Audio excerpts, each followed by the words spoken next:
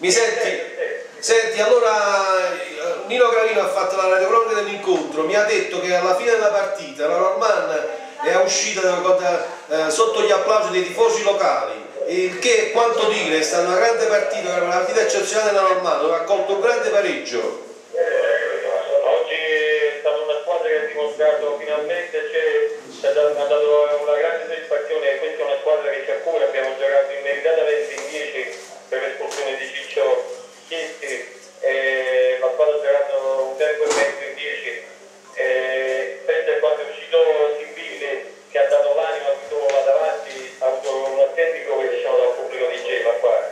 Siamo usciti tra gli applausi dei tifosi del Gela, purtroppo i tifosi della Vesta non ci stanno e questo è quello che mi dispiace soltanto di oggi e di tutto quello che sta succedendo in questo campionato. Purtroppo il calcio ad Vesta è difficile, io mi auguro porterò questa squadra alla salvezza e poi sicuramente ci sedremo e ci risediamo intorno a un tavolo e ragioniamo, perché il calcio ad Vesta è difficile.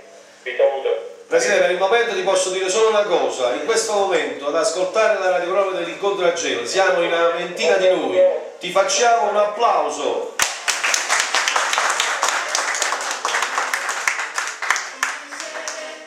Ciao e grazie, Presidente. Ciao. Cazzo rosso. Ci ha dato il commiato. Allora ritorniamo in studio dopo l'intervista fatta al Presidente Spezzaferri